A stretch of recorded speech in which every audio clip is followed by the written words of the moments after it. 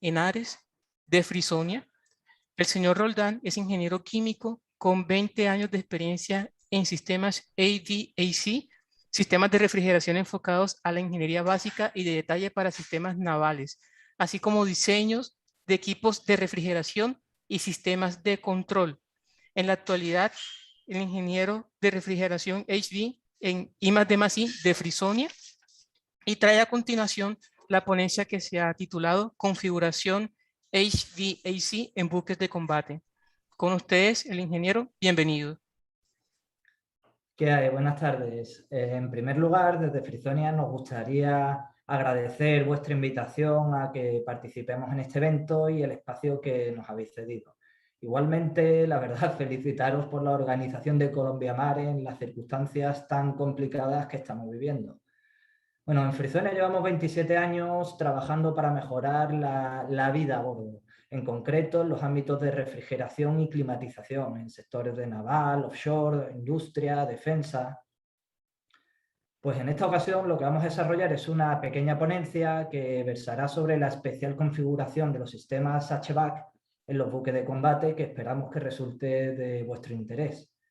Cuando concluya mi intervención estaremos a vuestra total disposición para cualquier consulta que os pueda surgir al observar esta ponencia.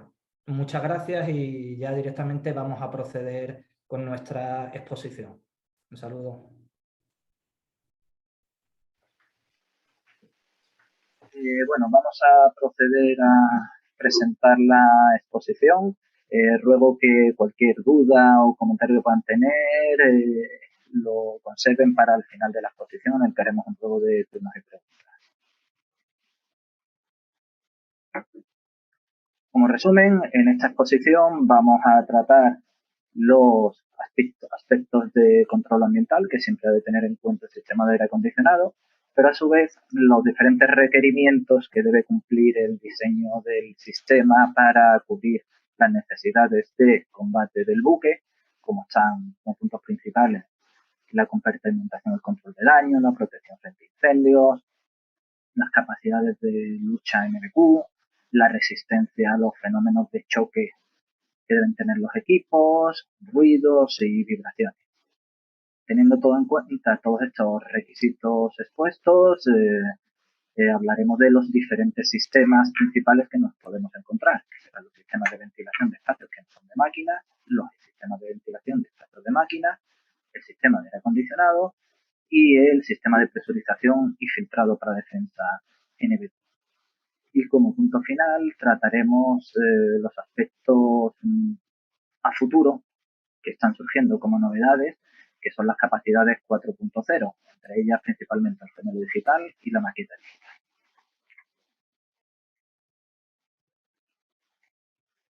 Los conceptos de control ambiental son bien conocidos por todo el mundo.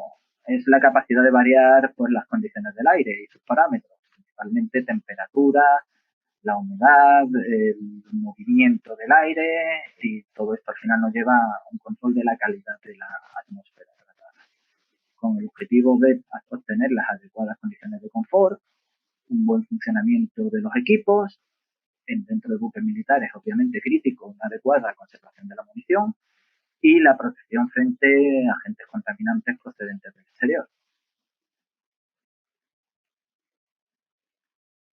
Entrando en las particularidades de los buques de combate, pues nos encontramos una serie de requerimientos que ya hemos ido avanzando.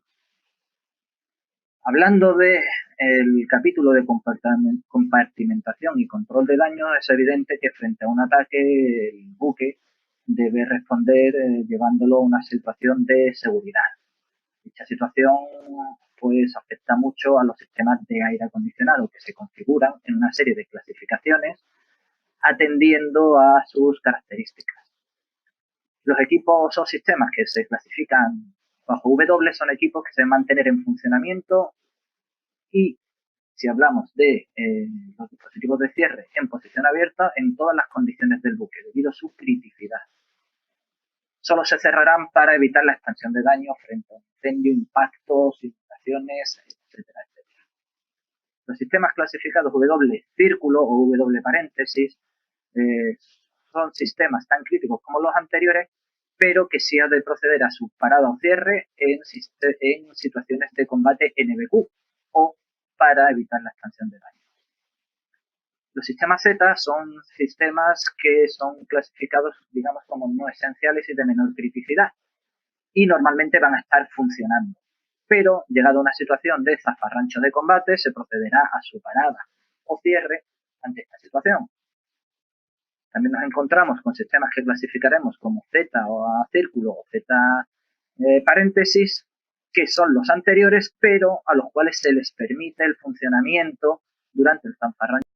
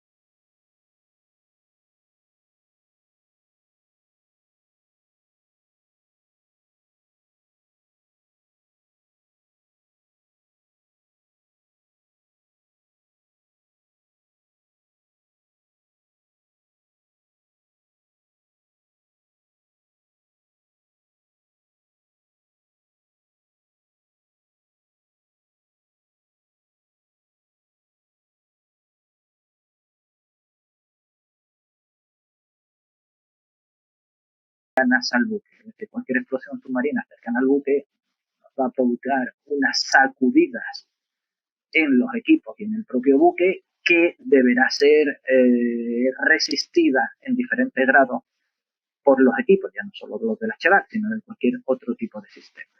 Dentro de los estándares de referencia de cómo testear la resistencia de equipos frente a los efectos de estas explosiones submarinas, podemos mencionar principalmente el estándar 1000 DTL 901E de la Armada estadounidense, y dentro de un ámbito más OTAN, ya no solo exclusivamente Estados Unidos, sino el resto de países involucrados en la OTAN, hay normas similares, como puede ser la STANAG 4549. Estas son normas que nos van a enfocar cómo testear un equipo antes de su instalación en el buque, de forma que podamos verificar su capacidad de resistencia frente a las sacudidas procedentes de la explosión submarina. En general, los equipos se van a clasificar en 2 grados. Los equipos grado A, que son equipos esenciales para la seguridad y la capacidad de combate del buque.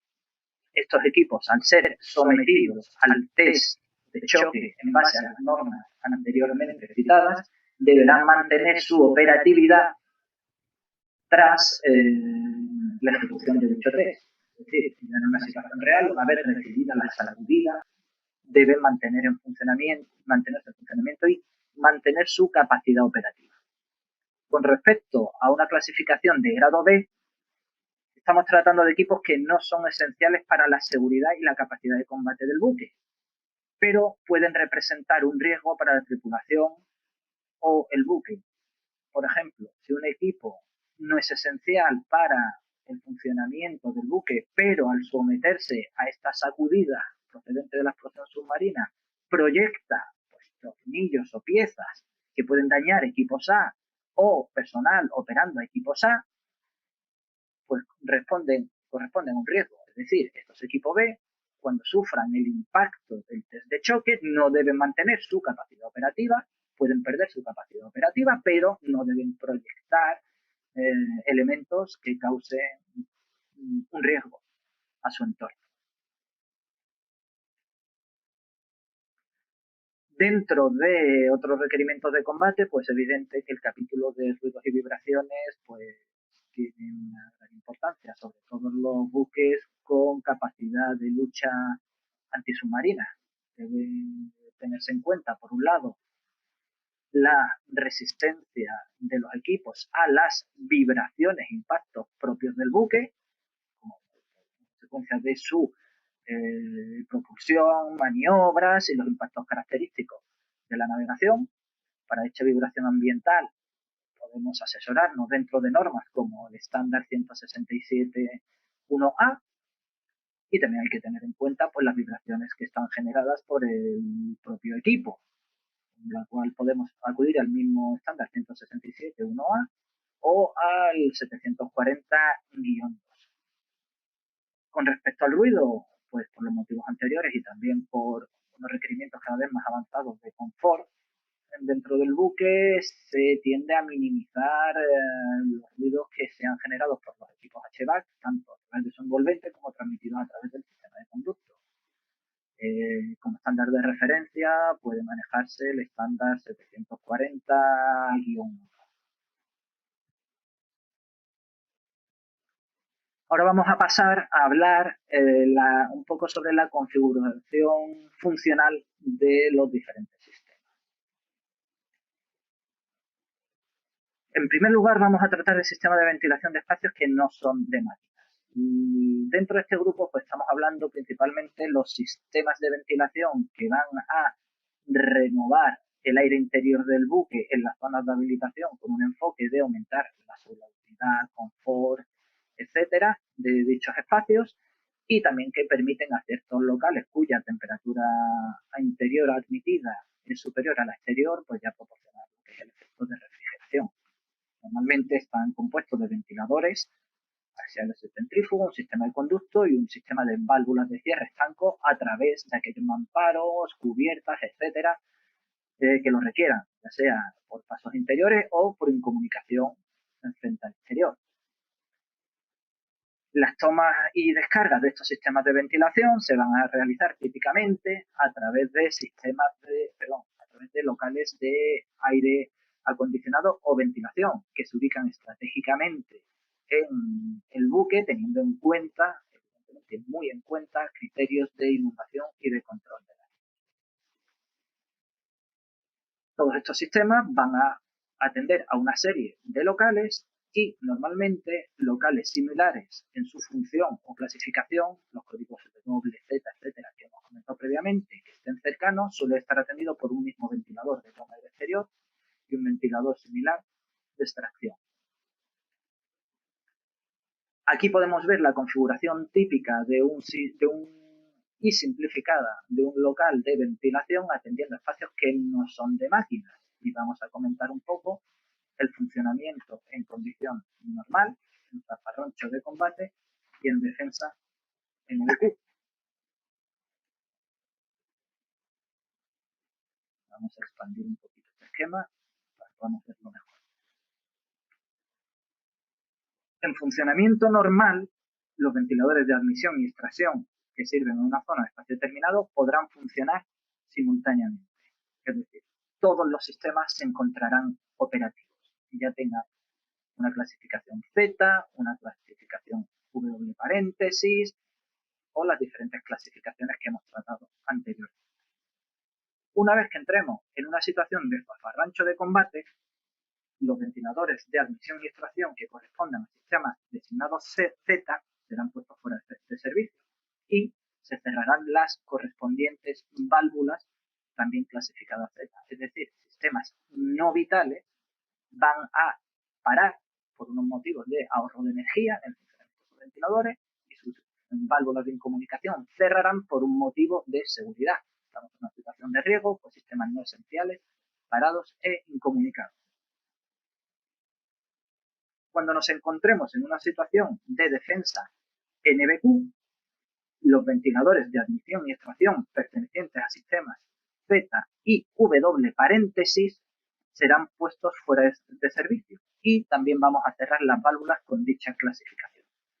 Es decir, prácticamente vamos a incomunicar el buque completamente con respecto al exterior y vamos a cerrar todas las válvulas de cierre, para la redundancia, para establecer una situación lo más segura posible dentro del buque. Solo los sistemas y cierres que estén clasificados exclusivamente W serán mantenidos en operación. Dada esta situación, toda la entrada de aire al buque se realizará a través de las unidades NVQ y a través de dicha operación la ciudadela y sus ciudadelas quedarán presurizadas. ¿Cómo van a quedar presurizadas? Lo trataremos un poquito más adelante en el apartado correspondiente. Pero el principal concepto que nos debe quedar es que funcionamiento normal, todos los sistemas en operación, funcionamiento en condición de zafarrancho de combate, sistemas Z desconectados y en sistemas en funcionamiento de NVQ, la exportación del exterior se va a efectuar exclusivamente a través de las unidades de filtro.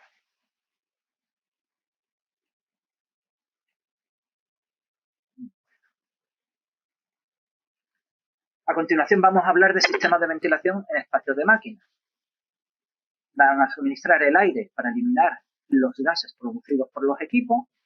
El caudal de aire se va a basar en la disipación del calor generado por los equipos en cámara de máquina.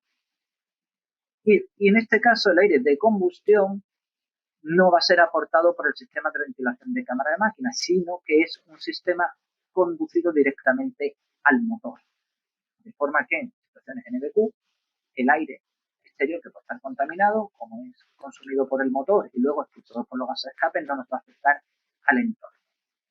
Los elementos principales van a ser una serie de filtros convencionales, unos enfriadores por agua de mar, unos ventiladores de suministro y extracción y su sistema asociado de estanco y una red de conductos.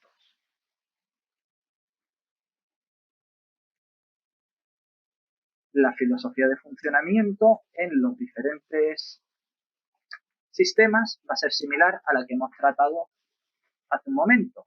Sistemas en funcionamiento normal, todos los sistemas operando. En funcionamiento zafarrancho de combate, solo los sistemas vitales van a operar. Y en sistemas NBQ, pues prácticamente en un sistema de cámara de máquinas vamos a cerrar toda la ventilación y el aire de combustión de los motores, como hemos comentado, se tomará directamente. Aquí voy a hacer una pequeña explicación. En funcionamiento normal, el aire de ventilación entrará pues, tomado directamente del exterior e impulsado a la cámara de máquinas y será extraído por los ventiladores principales de extracción. Estos son sistemas vitales. Cuando estemos en zafarrancho de combate, pues estos sistemas van a permanecer en funcionamiento. Seguiremos introduciendo aire con la filosofía expuesta y sistemas secundarios de espacios de máquinas que no sean W paréntesis, en este caso, por ejemplo, una extracción de un taller, pues quedarán desconectados. Ahora bien, cuando estemos en una condición de combate NBQ, tenemos que cortar esa aportación del exterior. Se procederá al cierre de estas válvulas y de estas válvulas, separarán los ventiladores de extracción, se abrirán estas dos válvulas y el aire será recirculado aspirado a través de enfriadores de agua de mar, impulsados por los ventiladores de impulsión y volverán a pasar a través de la batería de mar, estableciendo un circuito cerrado de enfriamiento en el interior de la cámara de máquinas.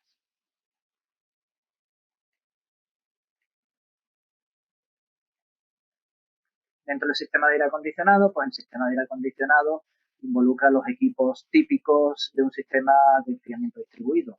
Una serie de climatizadores verticales, el típico fan coil, unos climatizadores de techo que son para espacios más reducidos, generalmente no conducidos, de menor capacidad de los climatizadores verticales, y equipos tipo gravity coils, que se emplean en aquellos espacios como almacenes de municiones en los cuales no debe haber elementos eléctricos que supongan un riesgo de explosión, dado el contenido de estos habitáculos.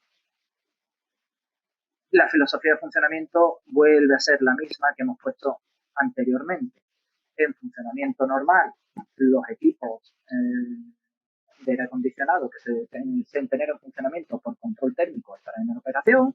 En zafarrancho de combate se inhabilitarán los equipos clasificados Z no vitales, y en defensa de NBQ en realidad no se van a ver afectados porque son equipos que trabajan en recirculación, o sea, que se pueden mantener en funcionamiento a criterio de las necesidades del buque sin tener en cuenta la protección NBQ.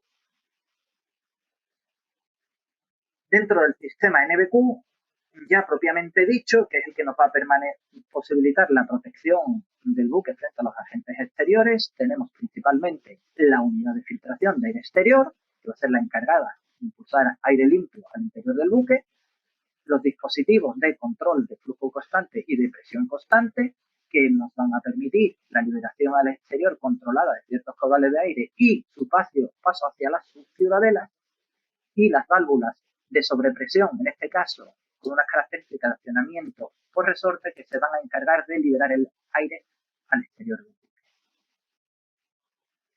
Las unidades de filtración son las encargadas, como hemos dicho, de filtrar el exterior y como componentes principales tienen su propia rejilla de toma aire separador de gotas, una válvula anti-efectos de choque, unos filtros, calentadores eléctricos o enfriadores en función de las condiciones de diseño del buque, una válvula de cierre para hacer un juego con los filtros que estás empleando, unos filtros anticomunicación NBQ y una válvula de bypass que permita el suministro de aire exterior al buque sin necesidad de gastar dichos filtros anticontaminación, evidentemente como elemento impulsor es un ventilador. Este es un esquema básico de configuración de los elementos anteriormente indicados, y los capítulos que hay que tener en cuenta en el dimensionado de las unidades NBQ es la aportación de caudal de aire exterior necesario por persona, el flujo de aire a través de las estaciones de descontaminación, el flujo de aire a través de las esclusas, el flujo de aire que se nos va a dar a través de fugas que pueden existir en el buque. Deben cubrirse necesidades de caudales de exhaustación que pueden ser vitales y que hay que mantener activos. Deben proporcionar aire suficiente para sobrepresionar la subciudadela y también para atender ciertos equipos en subciudadela que consuman aire, como puede ser un compresor. Las unidades FCV, como hemos comentado antes, permiten un flujo hacia el exterior del buque independientemente de la presión que tengamos en el interior, por ejemplo, las extracciones de enfermería, y las válvulas PCV permiten la transmisión de aire hacia la subciudadela, que ahora las comentaremos, y las SPV hacia el exterior. Esta es la descripción básica del funcionamiento de una unidad de presurización, de un sistema de presurización. La unidad exterior impulsa aire al interior, a la ciudadela permite salidas de aire hacia el exterior a través de válvulas FCV y hacia el exterior a través de válvulas SPV y hacia subciudadelas a través de válvulas PCV. La FCV permite flujo constante independientemente de la presión interior y la PCV regula el flujo en función a la presión que hay en ciudadela. De esta forma vamos a tener un escalonamiento de presiones desde ciudadela a subciudadela y hacia el exterior. Y para finalizar, vamos a hablar del futuro de los sistemas, sobre todo de control y monitorización. Cualquier equipo de aire acondicionado o sistema puede recibir un estudio de generación de su gemelo digital, en el cual repliquemos el comportamiento de dicho equipo para, de una forma virtual, poder estudiar su evolución, cómo está funcionando y hacer simulaciones que nos proyecten el funcionamiento en escenarios ambientales múltiples, dependiendo de la misión que se le asigne al buque en cuestión. Su pilar básico es la ingeniería de sistemas basada en modelos, en la cual ya cualquier coordinación de sistemas multidisciplinares se basa más en un intercambio de modelos funcionales en la cual el integrador puede conectar los diferentes elementos y estudiar la respuesta del sistema, que en el típico y clásico intercambio de información de manuales, hojas de datos, etc. Y otro capítulo importante es la maqueta digital, que se enfoca a lo que es la representación virtual del equipo a un nivel mecánico, con una representación geométrica 3D y ayudas al mantenimiento a través de opciones de realidad virtual o realidad aumentada.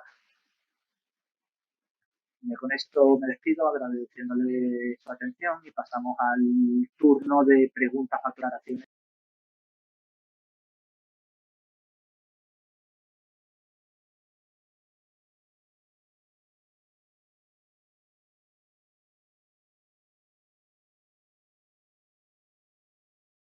Es la siguiente.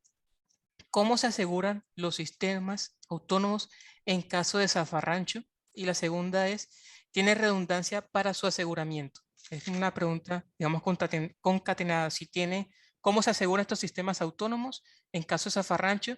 Y si tienen redundancia para su aseguramiento. Pediría que por favor me clarificasen a qué se refieren exactamente con sistemas autónomos.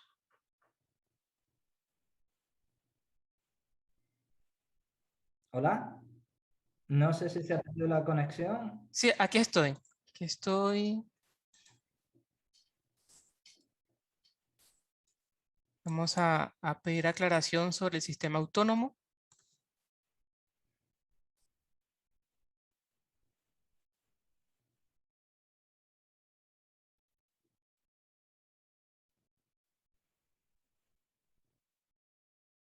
Sí, ya están especificando qué hace referencia al sistema autónomo.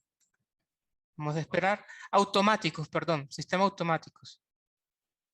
Sí, bueno, cualquier sistema de aire acondicionado dispone de un sistema de control. Es decir, todos estos equipos van a llevar unos cuadros arrancadores y de control que a su vez están comunicados normalmente con el lo que aquí llamamos el IPMS, que es el sistema de control remoto general del buque. Una vez que el buque decide que va a entrar en una situación de zafarrancho de combate, emite unas señales de forma remota hacia los cuadros de control que ya desencadenan toda la secuencia de paros de ventiladores de sistemas Z, cierres de sus válvulas asociadas, etcétera, etcétera.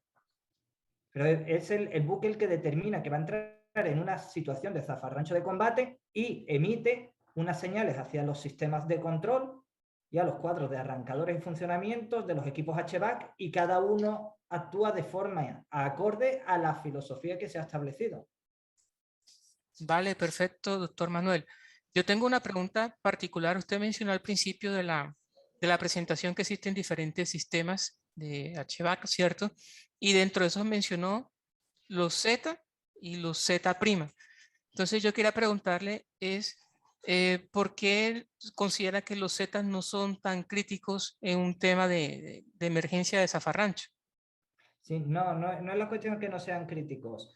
La criticidad de los elementos viene dada, estas clasificaciones W, Z, Z paréntesis, vienen en base pues a unas normas. Típicamente es una norma de la Armada Americana, ¿vale? En la transparencia correspondiente al pie viene la fuente y la norma concreta, ¿vale? Es decir, esa norma ya establece que, por ejemplo, un camarote se considera una clasificación Z, que no es crítico para el funcionamiento. Entonces, sus sistemas pueden ser desconectados. Es decir, el diseñador del Frizonia, por ejemplo, cuando desarrolla este tipo de sistemas, no establece como tal, en base a su criterio, que el camarote no es importante, sino que la tipología de cada local atendido ya está establecida por estas normas de carácter militar. Perfecto, vamos a ver qué otras preguntas tenemos en el chat. Bueno, parece que aparentemente no hay más preguntas, doctor Manuel. Digamos que ya también estamos en el tiempo, se ha cumplido con esta excelente presentación que nos ha realizado el día de hoy. Queremos agradecer su ponencia, la participación de Frizonia, y los invitamos a que sigan aquí atentos con las siguientes ponencias, y el día de mañana también que continúan nuestros congresos. De verdad, de nuestra parte, de nuestra organización, desearles un feliz resto de noche allá en donde se encuentra, y bueno, quedamos muy atentos. Muchas gracias por su presentación. Gracias a vosotros. Un saludo y deseando veros en persona en 2023. Así es, muchas gracias. Esperemos que sí. Adiós. Venga, hasta luego.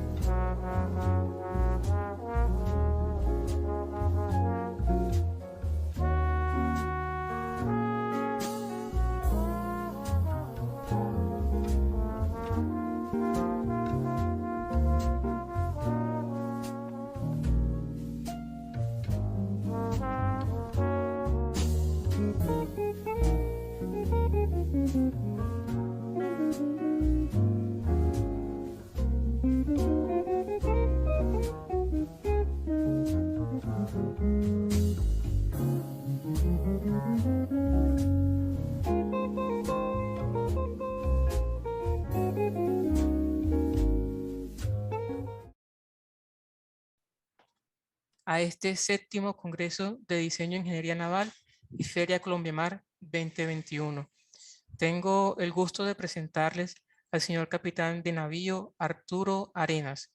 El capitán es ingeniero naval con énfasis en electrónica y profesional en ciencias navales. Cuenta con posgrados en ingeniería electrónica, política y estrategia marítima, seguridad y defensa nacional, cursando actualmente estudios de doctorado en ciencias de la electrónica en la Universidad del Cauca. Como oficial de la Armada Nacional de Colombia, ha desarrollado experticia en estructuración y desarrollo de proyectos, modernización de fragatas, sistemas de combate y electrónica. Actualmente es coordinador de maestrías SCN de la ENAP y coordinador electrónica del Grupo de Investigación, Control y Comunicaciones y Diseño Naval, GIC-CDN. A continuación, su ponencia, la cual se denomina Análisis de resultados de la comparación de protocolos de enrutamiento en una red ad hoc de enlaces de datos tácticos en escenarios marítimos. Capitán, cordial saludo, bienvenido, señor. Buenas tardes a todos los que están en este momento conectados. Pues me permito agradecer primero la oportunidad a Cotecmar por dejarme presentar este resultado de una investigación que se realizó pues con el apoyo de la Escuela Naval, Cotecmar y la Universidad del Cauca en los últimos 3 años, básicamente orientada a la parte de lo que son las redes tácticas, específicamente con los protocolos de enrutamiento, que son los que nos permiten enlazarlos. Entonces, el año pasado en la revista de Cotecmar pues, se presentó un avance de la parte teórica y en este momento pues, me permito con ustedes compartir los resultados de dicha investigación. Por eso pues, se llama análisis de resultados de la comparación de protocolos de enrutamiento en una red ad hoc de enlaces de datos tácticos en escenarios marítimos. Voy a continuar con la agenda que se muestra en la pantalla, que ustedes pueden ver: la introducción, caracterización pues, del ambiente, estudios de protocolos, análisis de referentes y simulación de protocolos, análisis de resultados y conclusiones. Básicamente, pues, para ambientarnos, tenemos que definir qué es una red ad hoc, ¿no? Una red ad hoc es una red inalámbrica, la cual carece de infraestructura y carece de un control primario o principal, sino precisamente, pues, por eso se llama ad hoc, porque es temporal y permite que se pueda establecer en cualquier tiempo y en cualquier espacio y no necesita de un control, sino necesita de unos parámetros pues anteriormente predeterminados para poderse establecer. Eso la hace sui generis y la hace como especial y adaptativa, especialmente pues para escenarios militares o escenarios donde haya desastres o de difícil acceso, donde se requiera pues establecer una red de datos en el momento, digámoslo así. La intención del trabajo de investigación pues era o es o fue pues encontrar un protocolo de enrutamiento de enlaces tácticos, el que sea más eficiente de los que estudiamos, que pueda ser implementado teniendo en cuenta la cantidad de nodos y los escenarios que más adelante voy a mostrar. Entonces, como lo mencioné anteriormente, pues en la primera parte se hizo una publicación en la revista de Cotecmar, en la Ship Science and Technology, el año pasado en octubre, en el volumen 14, donde se mostró la revisión, clasificación y análisis de comparación.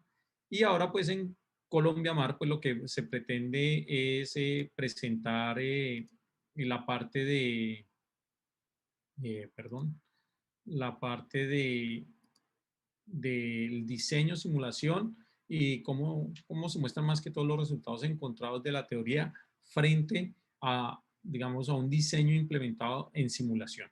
Entonces, lo primero que se hizo en el trabajo fue la caracterización del ambiente. Entonces, para eso, pues se determinaron que cada buque posible debería ser una unidad o un nodo como tal. Entonces, teníamos 2 buques de superficie, un submarino, pues obviamente cuando este emerja, teníamos un helicóptero y un avión. Esto especialmente porque necesitamos como caracterizar sus velocidades, digamos, unos datos para entrar al simulador.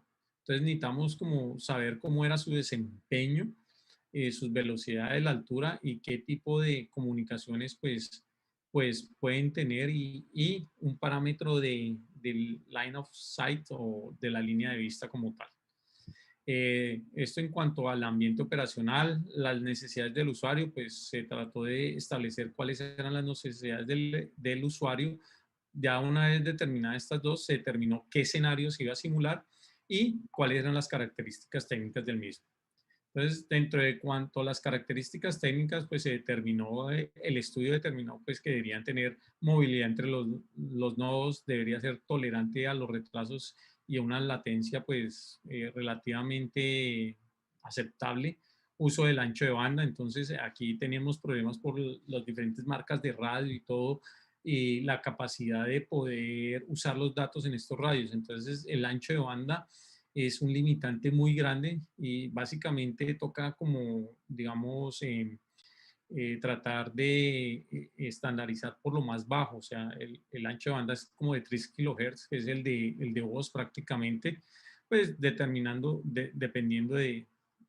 del tipo de radio, ¿no?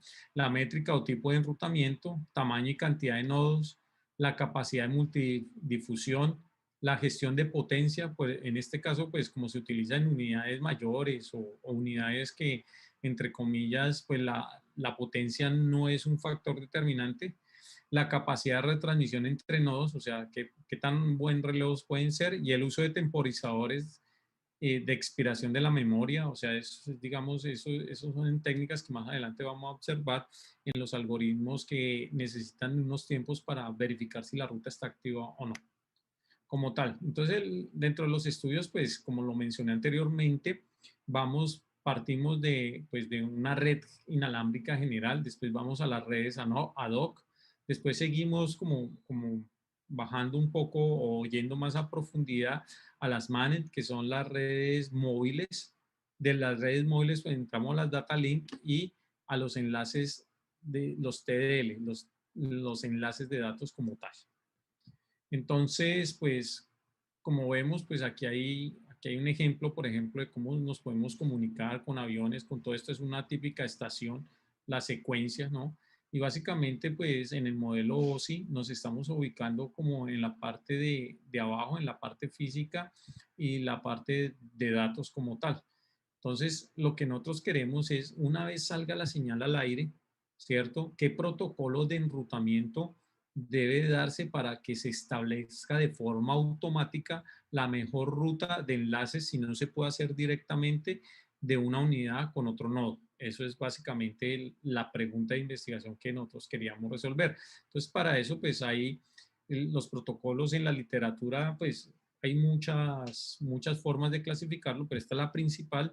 En el artículo, pues ya se aclara más exactamente cuáles tipos hay, pero básicamente son dos. Una que son los proactivos y los reactivos. Los proactivos son o los de tablas, que son proactivos porque ellos pues se van adelantando a las cosas, entonces utilizan tablas con todas las posibles rutas predeterminadas y todo. Y los en demanda o reactivos son aquellos que reaccionan cuando hay una necesidad de establecer una ruta como tal. Y los híbridos pues funcionan como de las dos formas. Entonces, como lo mencioné antes, los proactivos son los que ya predeterminadamente tienen las rutas y tienen todo. Estos normalmente se basan en tablas como tal. Entonces tienen ya caminos definidos, utilizan tablas. Los nodos siempre tienen la información. Entonces esto hace que este tipo de protocolos, la carga del tráfico de información sea muy densa y cada nodo, o sea, prácticamente debe tener la configuración de toda la red. Entonces, esto hace que, pues digamos, en un buque que tenga toda la disponibilidad de servidores y todo es fácil, pero digamos, en un equipo portátil o de pronto en un submarino se complica un poquito más mantener esta información. Y obviamente castigando la velocidad de conexión como tal. Dentro de esos proactivos, encontramos los vectores de distancia o DSDB, que prácticamente es de inundación. Entonces ellos lo que hacen es inundan la red con todas las posibles rutas que puedan tener y pues, van marcándolas y digamos, ellos lo que hacen es que la red que ya está la marcan y van verificando esa marca, pero sin embargo, pues los otros nodos también tienen redes alternas como tal, lo que hace que también este algoritmo sea un poco pesado. Tenemos los protocolos WRP, ¿sí? Que son protocolos de enrutamiento inalámbrico.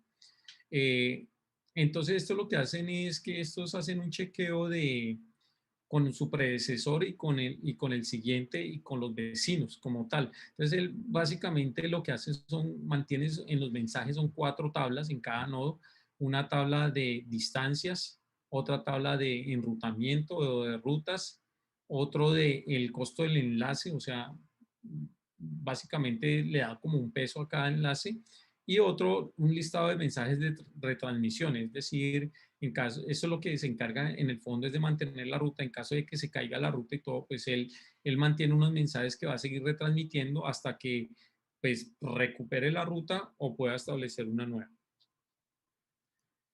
En cuanto a los nodos, este es el protocolo de enrutamiento a través de nodos cabezas de racimo o nodos tipo puerta de salida CGRS.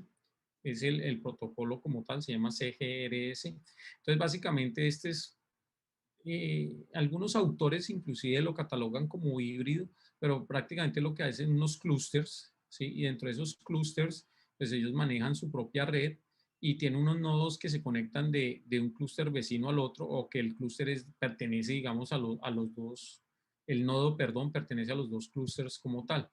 Entonces, pues aquí el inconveniente es donde el clúster salga perdón, el nodo salga de algún clúster y sea de enlace, entonces volver a retomar, digamos, el proceso para establecer nuevamente el enlace roto se complica un poco, pero digamos, medianamente, si funciona y está activo, es muy eficiente. Y finalmente, perdón, voy para atrás. Y tenemos el TBRPF, que es la tipología basada en rutas y desde Asia. Esto básicamente es que ellos, a medida que van descubriendo la ruta, van haciendo como unos estados de enlace, y al final lo que ellos van es, a medida que avanzan, van mandando la ruta hasta la fuente, van mandando la ruta a la fuente, y una vez llegan al destino, pues obviamente ya la fuente conoce cuál es la ruta. Es básicamente esta técnica que utilizan este tipo de algoritmos. Después vemos los reactivos, ¿sí? Que se crean, digamos, rutas desde la red únicamente cuando la fuente lo requiere, ¿sí? O sea, la fuente quiere emitir, pues él inicia un protocolo de descubrimiento de red hasta llegar al destino, y en teoría se ajustan mejor a redes pequeñas, ¿sí? Y a un tráfico pues, relativamente moderado. Entonces, el de los principales protocolos son el AODB. Entonces, tenemos que ese protocolo, pues, busca la ruta, tiene unas técnicas de expansión de anillo, establece la ruta, y ya los protocolos en demanda, pues, tienen una configuración que tienen que mantener la ruta, porque si se cae, pues, tienen que iniciar nuevamente el proceso de mantener la ruta. Entonces, esta es una de las técnicas. Está otro que se llama el DSR, que es uno de los más eficientes, porque busca la ruta, entonces se dice que basa en su enrutamiento desde el origen, y cada memoria tiene cada nodo tiene unas memorias llamadas caché locales. En una guarda lo que es información del trayecto, y en la otra la información del enlace. Entonces, digamos que estas memorias le ayudan al mantenimiento de la ruta, y si hay algún enlace roto, pues rápidamente se reconfigura. Es una de las más eficientes. Y finalmente el TORA, que es básicamente, digamos, la filosofía es la misma: búsqueda, mantenimiento y borrado de las que ya no estén, ¿sí? Esta sí se basa más que todo es en que cada vez que establece una ruta, la ruta efectiva pues le da, digamos que se basa en darle un peso a cada nodo. Entonces, entre más peso tenga el nodo, pues por ahí va la ruta, y a medida que la ruta se cae, pues ese nodo pierde peso, y él se va acercando, digamos, a los nodos que más cercanos estén a la ruta, y por eso puede restablecer rápidamente una ruta. Sin embargo, pues tiene algunos inconvenientes que son relativos con el cálculo de esos tiempos para establecer la ruta. Entonces son muy precisos, necesita de coordinación entre los nodos, una sincronía que muchas veces está por el orden de lo que les pueda dar el reloj del GPS. Y los híbridos pues son muy parecidos al que vimos anteriormente.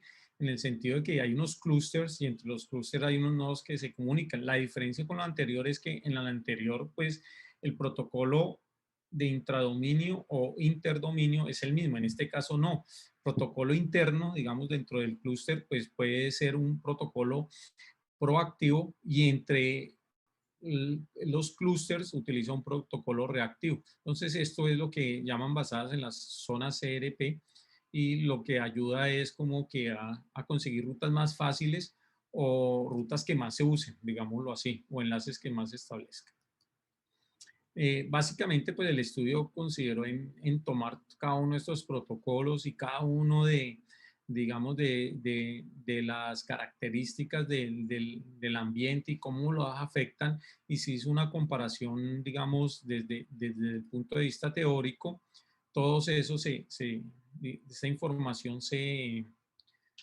se consignó en una tabla y digamos que esta parte fue dentro de las principales conclusiones son que en cuanto a los proactivos que se analizaron, el DSDB es ineficiente, el CGRS utiliza varios métodos heurísticos para mejorar el rendimiento, el WRP requiere un gran uso de memoria, la complejidad de tiempo es más pequeña en el WPR que en el DSDB. El CGSR, el rendimiento depende del estado de los nodos, digámoslo así, que tenga alrededor.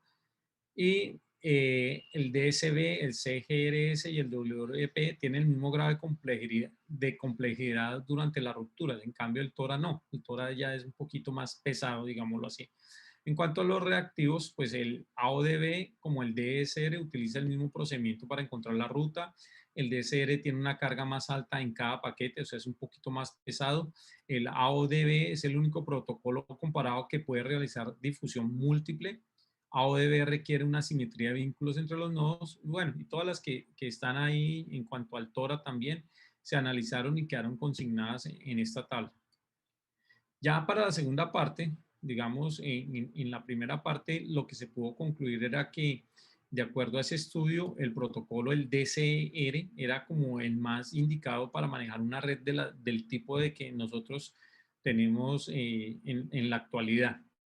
Ya para la segunda parte, pues se buscaron unos referentes, digamos, entonces fueron otros estudios que hicieron alrededor del mundo y que fueron documentados en archivos con una métrica específica. Entonces encontramos los de Matías Robles, los que se encuentran ahí nombrados. Sin embargo, pues no todos repitieron el mismo experimento o que nosotros debimos hacer, y otros tomaron otras métricas, unas parecidas, otros factores, pero finalmente pues digamos que permitían de alguna forma concluir o poder compararlos con lo que se hizo en la simulación. Para el software de simulación, pues estudiamos cuáles software habían en el mercado. Se llegó que el NS-2 es el más usado, por lo cual fue el que utilizamos para realizar la simulación. El modelo de simulación, pues realmente escogimos una cantidad de nodos, ¿cierto? Los identificamos, las velocidades y todo, y se colocaron de acuerdo a estos parámetros, también teniendo en cuenta estos parámetros de simulación que ya nos exige el software, ¿cierto? Como la huella, la cobertura de los nodos, la dimensionalidad de los nodos, el área de simulación y todo. Entonces se determinó que el área de simulación era como de ancho y alto y era como un hexágono de 1 kilómetro, y el alcance de transmisión mínimo era de 100 metros entre los nodos. Básicamente ya para cuando se implementaron, pues de acuerdo a la parte, digamos que se hizo en la parte teórica, se escogieron el DSR, el AODB y el proactivo DSB, ya que eran los más estudiados y son los que, de acuerdo a las características pues de Colombia, podríamos decir que se podían desempeñar con más éxito de acuerdo al estudio que se hizo en la primera fase.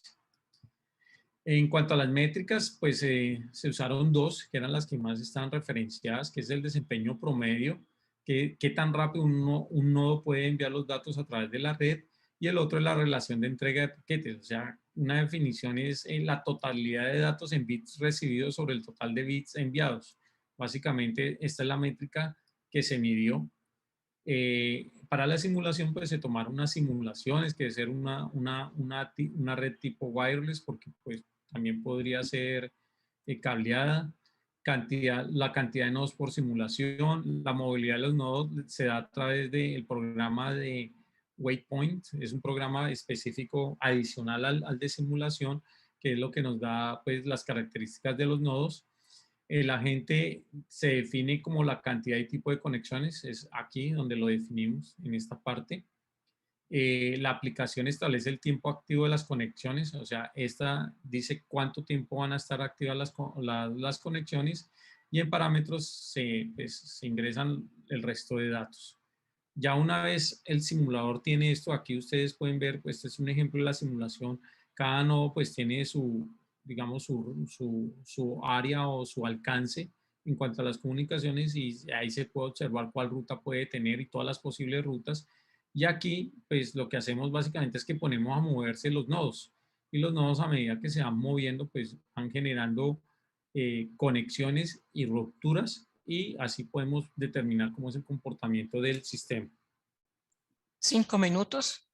Sí, ya, bueno, vamos aquí ya a los análisis de resultados. Entonces, pues, básicamente se hizo la caracterización el modulado del ambiente, se estudiaron los protocolos de acuerdo a los requerimientos y se compararon con los referentes. Entonces, aquí presentamos los datos de la simulación, o sea, con los diferentes escenarios: 11 nodos, 20 nodos, 29, 35 y 41 nodos, o sea, hasta 41 unidades simulamos, y lo prácticamente en todos era el tiempo de inicio, tiempo final, los paquetes enviados y el desempeño de datos en kilobytes. Eso fueron, digamos, las referencias. Entonces, el desempeño promedio, aquí se puede ver cómo fue el desempeño. Se ve que el DSR, pues, fue el que empezó en la mitad y al final terminó con mejor desempeño a medida que iban aumentando las unidades. En cuanto a la relación de entrega de paquetes, el DSDB, pues cuando son pequeñas unidades funciona bien, pero a medida que aumentan las unidades, pues disminuye. Y en cuanto a la retransmisión de paquetes, pues vemos cómo funciona. El DSR es el que mejor funciona en la retransmisión de paquetes, lo cual redunda pues en el mejoramiento. Aquí lo comparamos con los referentes, entonces vimos que en algunos casos había una similitud en los resultados, en este caso de Choi, en este caso es de Chayam, también vemos alguna similitud. Sin embargo, vemos casos atípicos como este, pues que no se pudo comparar o verificar, pero prácticamente lo que se concluyó era que pues al ser un protocolo proactivo, pues disminuye su rendimiento. Conclusiones, pues se desarrollaron digamos, los objetivos que pretendía el trabajo. Se determinó cuál era la necesidad del usuario. Entonces se considera, aquí hay una serie de consideraciones que son como la conclusión de cuál era el escenario que nosotros necesitábamos. Y del estudio de los protocolos, pues se concluyó, como lo había mencionado antes, que entre los reactivos el DSR, aún con mayor carga en su mensajería, tiene el mejor desempeño, ¿sí? Y del análisis y referentes de la simulación, pues se corroboró que los protocolos proactivos tienen mejor desempeño, que el DSB al inicio con pocos nodos tuvo buen desempeño, pero que a medida que aumenta el tamaño de la red, pues disminuye su rendimiento, como lo vimos. El AODB también disminuyó su desempeño comparado con el DSR, y el DSR, aunque en un principio este protocolo no fue el mejor desempeño, no estuvo alejado del resto, pero con el aumento del tamaño de la red, la congestión, fue siempre el más estable, ¿no? Entonces, esto nos indica que pues el DSR podría ser el mejor protocolo a ser implementado realmente. Y con comparación de los estudios, con los benchmarks, donde se pudo validar que eran congruentes, tanto la parte teórica, la simulación, como con los benchmarks. Listo. Muchas gracias. Capitán, señor, muchas gracias. Excelente presentación. De verdad agradecerle por esa ponencia y por compartir su conocimiento en este espacio que es el séptimo CIDIM. Doy entonces apertura al periodo de preguntas. Tengo dos preguntas que quisiera transmitirle. La primera es la siguiente, señor. Dice así,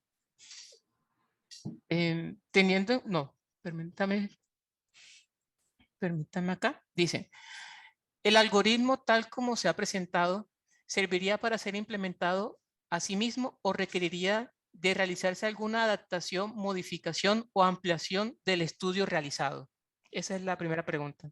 Muy interesante esa pregunta porque digamos que pues esta investigación no ha parado, continúa, digamos, o la estoy continuando ya en mis estudios de doctorado y precisamente de eso se trata. El algoritmo como tal puede funcionar y funcionaría, pero yo creería que pues la gracia de la investigación es llegar a la frontera de la ciencia y poder modificar, cambiar el algoritmo, pero para adaptarlo a la necesidad real, o sea, la necesidad de las unidades que nosotros tenemos y que el algoritmo sea muy eficiente, muy seguro y robusto, que es lo que se está buscando. Entonces, el siguiente paso es implementarlo físicamente, probarlo y empezarle a hacer modificaciones que lleven a que se adapte mejor al escenario que nosotros tenemos y a la cantidad de nodos, porque normalmente pues las empresas y en otras marinas pues las redes son muy grandes y tienen otro flujo de datos y otros apoyos y tienen menos limitaciones que nosotros. Entonces yo creería que esto es un proceso de optimización como tal, optimización de la red, del ancho de banda, de los datos, y es un trabajo que continúa y sí, evidentemente hay que seguir trabajando y hay que personalizarlo y llegar a la frontera de la ciencia en este tema. Perfecto, señor, excelente. La siguiente pregunta es la siguiente. Teniendo en cuenta las características de los diferentes algoritmos y protocolos probados, ¿cuáles son las exigencias a nivel de hardware y procesamiento para que estos sistemas de enlaces tácticos puedan funcionar adecuadamente? Bueno, a nivel de hardware, básicamente a nivel de hardware diría yo que no se necesita un hardware adicional para enrutar como tal, porque pues el proceso de enrutamiento se da más que todo es por software, ¿cierto? En el cual vamos a incluir en la mensajería cómo va a ir el protocolo de enrutamiento y cuáles van a ser las técnicas que tengan de optimización. Ahí lo importante es que se logre como digamos el enlace entre los nodos como tal y una vez obtenido el enlace pues ya el hardware, perdón, el software como tal se encarga de mantener ese enlace por medio del protocolo de enrutamiento como tal y de las tablas que carga, pero yo diría que a nivel hardware no exige un hardware adicional o algo, digamos, un módulo o una interfase o algo que nosotros llamemos enrutamiento, ¿no? Como podría verse, digamos, cuando vamos a modular o todo, porque finalmente, pues, el enrutamiento va en cabeza de la mensajería que se utilice para la distribución de los mensajes cuando salen al aire, después de que se tenga acceso al medio, ¿no? Entonces, digamos que también el acceso al medio, pero ya es un tema completamente diferente, tiene gran importancia y cobra relevancia para poder, digamos, tener algo de optimización en el protocolo de enrutamiento, pero van de la mano, pero no exigen un hardware adicional a lo que ya se tiene. Perfecto, señor. La última pregunta que tenemos es la siguiente. ¿Si han integrado sistemas simulación en qué tipo de parámetros? ¿Software y qué tipo de lenguaje de programación? Bueno, el lenguaje de programación básicamente se utilizó un simulador desarrollado por la Universidad bueno, en la referencia se encuentra de California, ellos utilizaron el NS2, básicamente es en lenguaje C, está programado, digamos, el software como tal es un simulador propietario, digamos, donde pues se establecen los parámetros y también tiene otra persona adicionalmente, creo que en una universidad de la India desarrolló lo que es la interfase en software para poder, digamos, usar los escenarios y que genera un script. El script básicamente es un texto donde les dice cuáles son los parámetros de acuerdo a a lo estipulado por el propietario del simulador, que es el NS2. Ellos inclusive ya van la versión 3 de ese software, y es un software especializado para redes como tal. Entonces, él le permite a uno escoger o poder también, mediante unos scripts, poder diseñar el protocolo que uno quiere simular. Pero básicamente, pues, toca realizar algo de código, sentarse a programar, sobre todo en la parte cuando uno quiere personalizar, porque, digamos, todos vienen muy amplios, con mucha información, pero a la hora de personalizar y adecuarlo a nosotros, tocó cambiar algunos parámetros, ¿sí? Digamos, sobre todo, por ejemplo, en los de los radios de transmisión, de potencia, y todos estos parámetros que se deben tener en cuenta para el establecimiento de la red, pues hay que adecuarlos de acuerdo al usuario verdadero, no a uno genérico. Lo mismo las frecuencias y todo en que se están usando. Digamos que eso fue lo que expliqué en alguna de los slides de la presentación. Bueno, capitán, de verdad, muchas gracias. Estamos nosotros complacidos por su contribución en este espacio. No tenemos preguntas adicionales, por lo cual podemos finalizar la ponencia cumpliéndose el tiempo pactado. De verdad que ha sido muy importante esta contribución desde el punto de vista de lo que se hace con la electrónica y las telecomunicaciones para el desarrollo de la industria. Ha sido muy importante su contribución. Con esto finalizamos entonces la jornada de la tarde del primer día del 7º Congreso de Diseño e Ingeniería. De verdad, muchas gracias a todos y los esperamos el día de mañana, 2 de septiembre, para continuar con nuestro Congreso y Feria Colombia Mar. Muy buenas tardes a todos y muy buenas tardes, capitán. Muchas gracias a todos ustedes, muy amables. Muchas gracias.